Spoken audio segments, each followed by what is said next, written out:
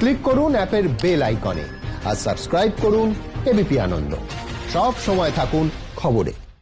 এই মুহূর্তে সরাসরি শুনবো ভার্চুয়াল সভায় প্রধানমন্ত্রী নরেন্দ্র মোদী কি বলছেন। आने वाले दिनों में डोमेस्टिक इंडस्ट्री के लिए ऑर्डर्स का साइज भी बढ़ने वाला है।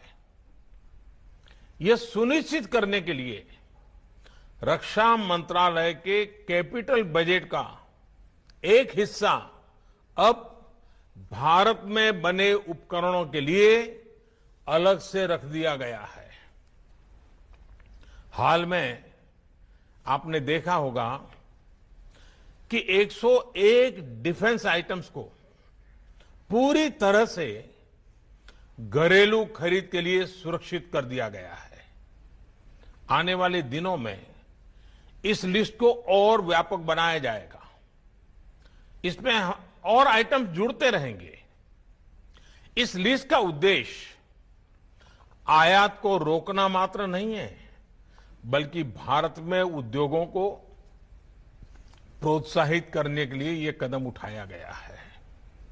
इससे आप सभी साथियों को, चाहे वो प्राइवेट सेक्टर हो, पब्लिक सेक्टर हो, एमएसएमई हो, स्टार्टअप हो, सभी के लिए सरकार की भावना और भविष्य की संभावना अब आपके सामने ब्लैक एंड व्हाइट में क्लियर है।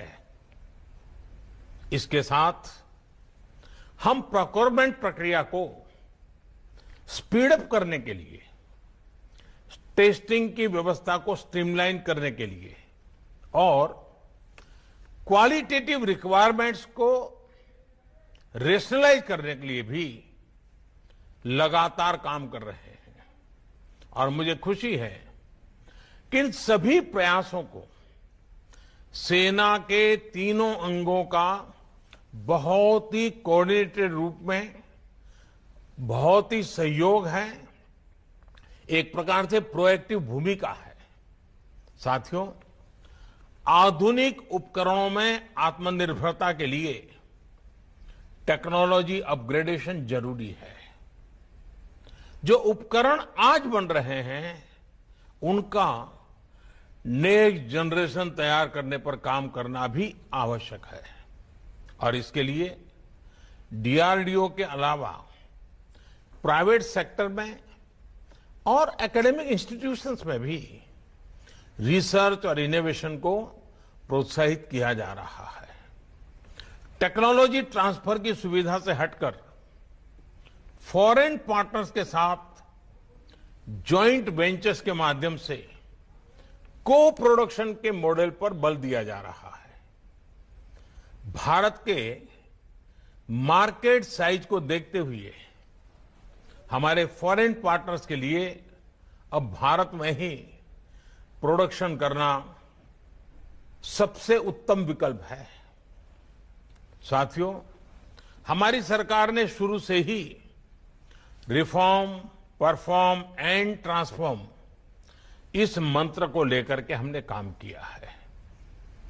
रेड टेपिज्म कम करना और रेड कारपेट बिछाना, यही हमारा प्रयास रहा है। ईज ऑफ डूइंग बिजनेस को लेकर 2014 से अब तक जो सुधार किए गए हैं उनका परिणाम पूरे विश्व ने देखा है। Intellectual property, taxation, insolvency and bankruptcy, यहां तक कि स्पेस और एटॉमिक एनर्जी जैसे बहुत कठिन और जटिल ऐसे जो विषय माने जाते हैं उन विषयों पर भी हमने रिफॉर्म्स करके दिखाए हैं। और आप तो अब भली भाली जानते हैं, पिछले दिनों लेबर लॉज में रिफॉर्म्स का सिलसिला भी लगातार जो शुरू हुआ है, चल रहा है। कुछ साल पहले तक इस प्रकार के विषयों पर सोचा भी नहीं जाता था और आज ये रिफॉर्म्स जमीन पर उतर चुके हैं। रिफॉर्म्स का यह सिलसिला थमने वाला नहीं है। हम आगे बढ़ते ही जाने वाले हैं और इसलिए न थमना भी है और न थकना भी है, न मुझे थकना है, न आपको थकना है। हमें आगे भी आगे बढ़ते रहना है और हमारी तरफ से मैं आपको बताता हूं, यह हमारा कमिटमेंट है। साथियों, जहां तक इंफ्रास्ट्रक्चर की बात है, जो डिफेंस कॉरिडोर पर तेजी से काम चल रहा है, उत्तर प्रदेश और तमिलनाडु सरकारों के साथ मिलकर state of the art infrastructure तैयार किया जा रहा है। इसके लिए आने वाले 5 सालों में 20,000 करोड़ रुपए के निवेश का लक्ष्य रखा गया है। एमएसएमई और स्टार्टअप से जुड़े एंटरप्राइज लीडर्स को प्रोत्साहित करने के लिए आईडेक्स की जो पहल की गई थी, उसके भी अच्छे परिणाम मिल रहे हैं। इस प्लेटफॉर्म के माध्यम से 50 से अधिक स्टार्टअप्स ने सैन्य उपयोग के लिए टेक्नोलॉजी और प्रोडक्ट्स को विकसित किया है। साथियों, मैं एक और बात आपके सामने खुले मन से रखना चाहता हूं। आत्मनिर्भर भारत का हमारा संकल्प इनवर्ड लुकिंग नहीं है।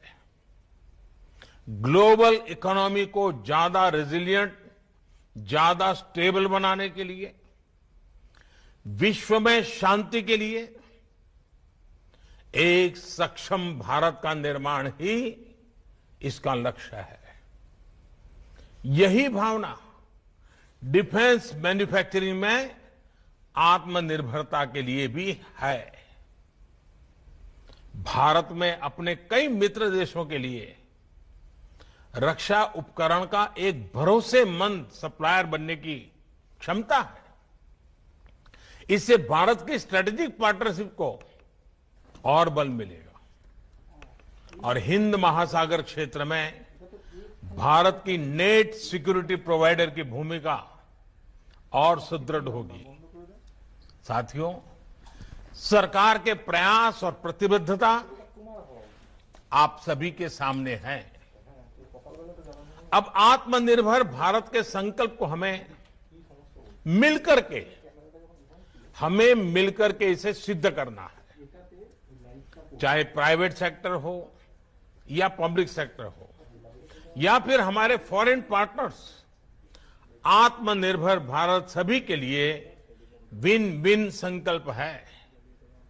इसके लिए आपको एक बेहतर इकोसिस्टम देने के लिए हमारी सरकार प्रतिबद्ध है।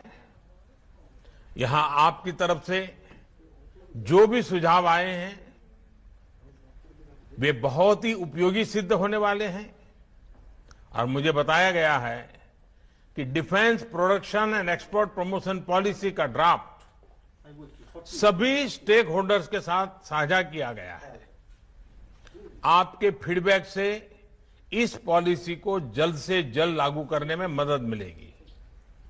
यह भी जरूरी है कि आज का ये सेमिनार एक वन टाइम इवेंट न रहे, बल्कि आगे भी ऐसे आयोजन होते रहें।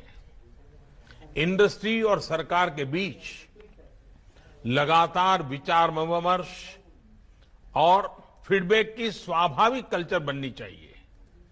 मुझे विश्वास है कि ऐसे सामूहिक प्रयासों से हमारे संकल्प सिद्ध होंगे।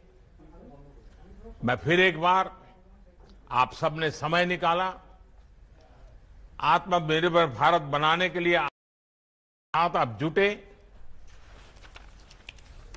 मुझे विश्वास है कि आज जो संकल्प हम सब ले रहे हैं, इसको पूर्ण करने में हम सब अपनी अपनी जिम्मेवारी बहुत खूब अच्छे ढंग से निभाएंगे।